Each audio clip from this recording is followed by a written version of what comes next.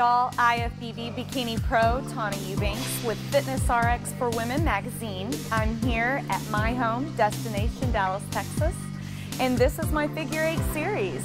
So I'm going to be sharing some of my favorite moves and a little bit of secrets on what I do to keep those tight little curves with serious training and smart nutrition. Today I'm going to be taking you through a very basic leg training session. This is how you're going to create the bottom half of your Figure 8. This is where we get the curviness on the bottom of our legs, okay? Also, post-workout meal and some really great stretches.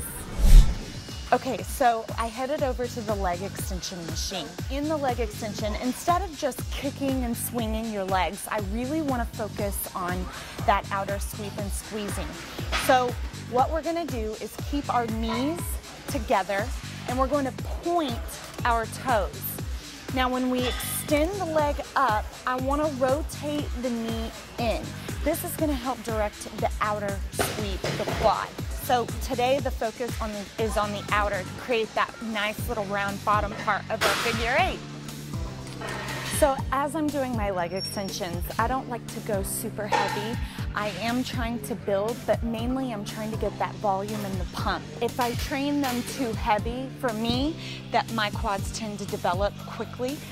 So I'll be doing 3 sets of 15 today with a moderate weight, just to get enough volume and blood pumping through those quads. Okay, my personal favorite machine is the lying leg curl. This is for the hamstrings. So this is going to help create the back side of our bottom half of the Figure 8.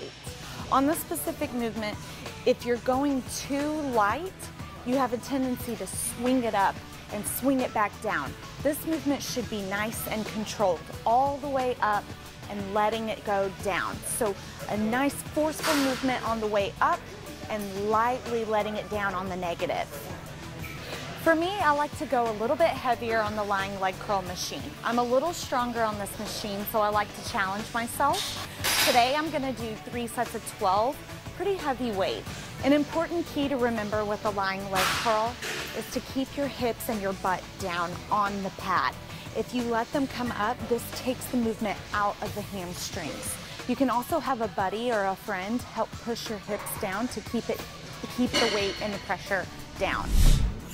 Okay, so to finish off the legs, I wanted to end with a compound movement. We've already targeted our quads, we've already targeted our hamstrings. Now we want to get the total base.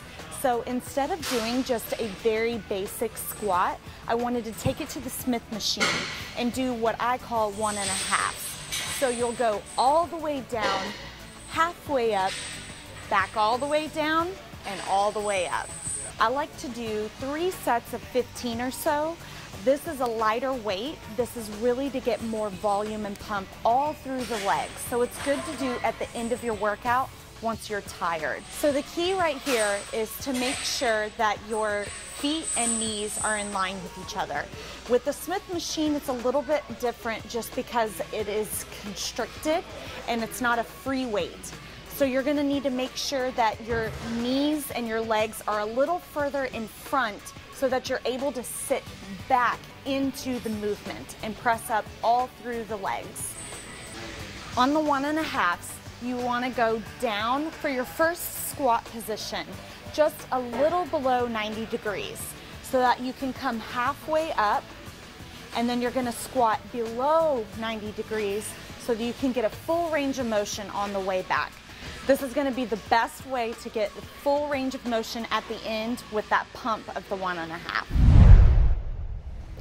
Okay, so a very important rule to the end of any workout, but especially the legs, is stretching. Stretching is going to help prevent injury. It's going to help open up those muscle bellies, which will then help create with growth. And it's also going to help with your range of motion.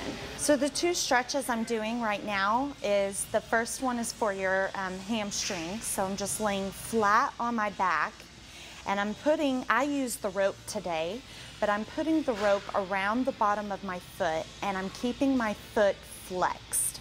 This is where you're going to feel the back of the hamstring.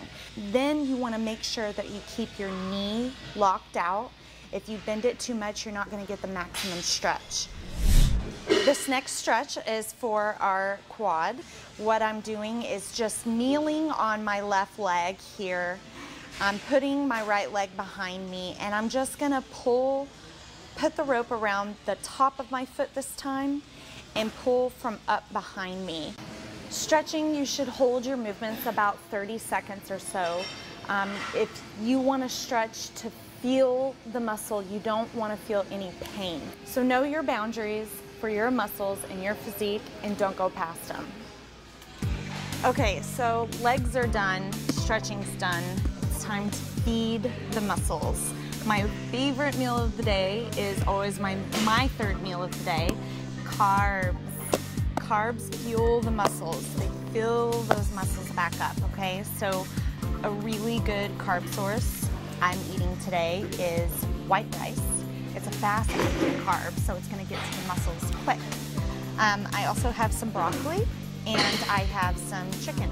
Some other good substitutes for the carbs, though, would be red potatoes, or sweet potatoes, or white potatoes, or brown rice. The white rice tends to be a better choice for me, so enjoy.